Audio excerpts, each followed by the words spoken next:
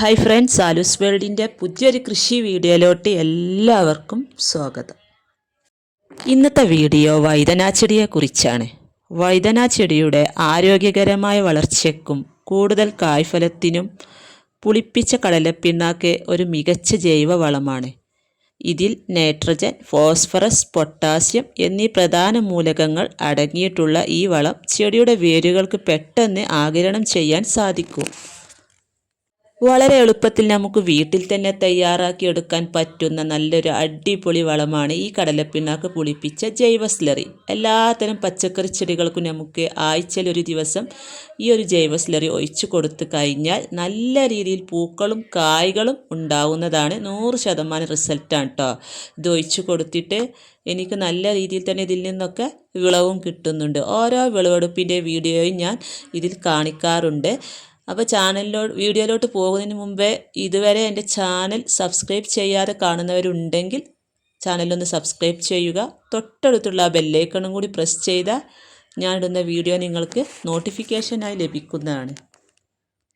നല്ല പൊട്ടി മിക്സൊക്കെ കൊടുത്തിട്ട് തന്നെയാണ് ഈ തൈകളൊക്കെ നട്ടു കൊടുത്തത്. അതായത് മേൽമണ്ണ്, ചാണകപ്പൊടി, ചകിരിച്ചോറ് തുല്യ അളവിലെടുത്ത പൊട്ടി മിക്സിയിലോട്ട് കുമ്മായമൊക്കെ ഇട്ട് ട്രീച്ച് ചെയ്ത മണ്ണാണ് കേട്ടോ ഞാനിവിടെ എടുത്തിട്ടുള്ളത്. അതിലോട്ടാണ് ഈ ചാണകപ്പൊടി, വേപ്പിൻ പിണ്ണാക്കി, എല്ലുപൊടിയൊക്കെ ഇട്ട് റെഡിയാക്കി വെച്ച് എന്നിട്ടാണ് ഈ തൈകളൊക്കെ നട്ടു കൊടുത്തത്. നല്ല കരുത്തോടെയും നല്ല ആരോഗ്യത്തോടെയും നമ്മുടെ ചെടി വളർന്നു വന്ന് ഇഷ്ടം പോലെ പൂക്കളും കായ്കളും ഒക്കെ ഉണ്ടായി തുടങ്ങിയിട്ടുണ്ട്.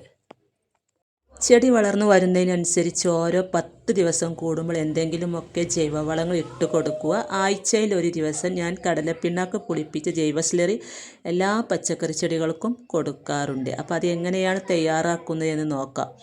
ഞാനിവിടെ ഈ ഒരു പാത്രത്തിന് ഒരു പാത്രം കടലപ്പിണ്ണാക്കാണ് എടുക്കുന്നത്. നിങ്ങളുടെ കയ്യിൽ ഒരുപാട് ചെടികളുണ്ടെങ്കിൽ അതിനനുസരിച്ച് അതിൻ്റെ അളവ് കൂട്ടി എടുക്കാവുന്നതാണ്. എൻ്റെ കയ്യിൽ കുറച്ച് ചെടികളുള്ളൂ, അപ്പം ഞാൻ അതിനനുസരിച്ച് മാത്രമേ ഇതിൻ്റെ അളവ് എടുക്കുന്നുള്ളൂ. അപ്പോൾ ഈ ഒരു പാത്രത്തിന് മാത്രമാണ് ഈ കടലപ്പിണ്ണാക്ക് എടുത്തിട്ടുള്ളത്. അത് മുങ്ങി നിൽക്കാൻ പാകത്തിനുള്ള വെള്ളവും കൂടി അതിലോട്ട് ഒഴിച്ചു കൊടുത്ത് ഒരു 2-3 ദിവസം അത് പുളിപ്പിക്കാനായിട്ട് വെക്കുക. 2 ദിവസം കഴിഞ്ഞതിന് ശേഷം നമുക്കിത് എടുത്ത് ഉപയോഗിക്കാവുന്നതാണ്. ഇത് നല്ലപോലെ കുതിർന്ന് വരും. അപ്പം കുറച്ചും കൂടെയൊക്കെ വെള്ളം ഇതിലോട്ട് ഒഴിച്ച് കൊടുക്കുക.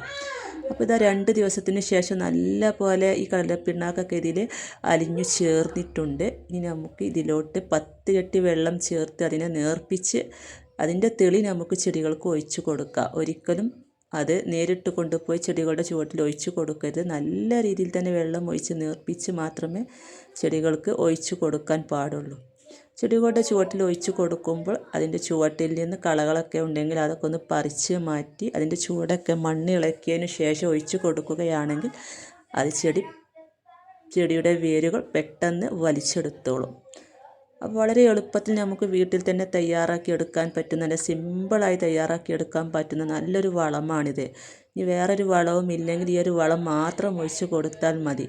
നല്ല അടിപൊളിയായിട്ട് നമുക്കിതിൽ നിന്ന് കായ്ഫലം കിട്ടുന്നതാണ്. അപ്പോൾ എല്ലാവരും ഇതൊന്ന് ട്രൈ ചെയ്ത് നോക്കുക. വഴുതനക്ക് മാത്രമല്ല, തക്കാളിക്ക്, മുളകിന്, അതുപോലെ വെണ്ടയ്ക്കയ്ക്ക്, എല്ലാത്തരം പച്ചക്കറി ചെടികൾക്കായാലും പൂച്ചെടികൾക്കായാലും ഒരുപോലെ കൊടുക്കാൻ പറ്റുന്ന നല്ല റിസൾട്ട് കിട്ടുന്നൊരു വളമാണ് കേട്ടോ. അപ്പോൾ ഇന്നത്തെ വീഡിയോ നിങ്ങൾക്ക് ഇഷ്ടമായ ലൈക്ക് ചെയ്യാനും ഷെയർ ചെയ്യാനും കമൻറ്റ് ചെയ്യാനും മറക്കരുത്. ഫേസ്ബുക്കിലാണ് നിങ്ങളെൻ്റെ വീഡിയോ കാണുന്നതെങ്കിൽ പേജ് ഫോളോ ചെയ്യാനും കൂട്ടുകാർക്ക് ഷെയർ ചെയ്ത് കൊടുക്കാനും മറക്കരുത്. അടുത്ത പുതിയൊരു വീഡിയോ ആയിട്ട് വരുന്നത് വരെ വീണ്ടും കാണാം.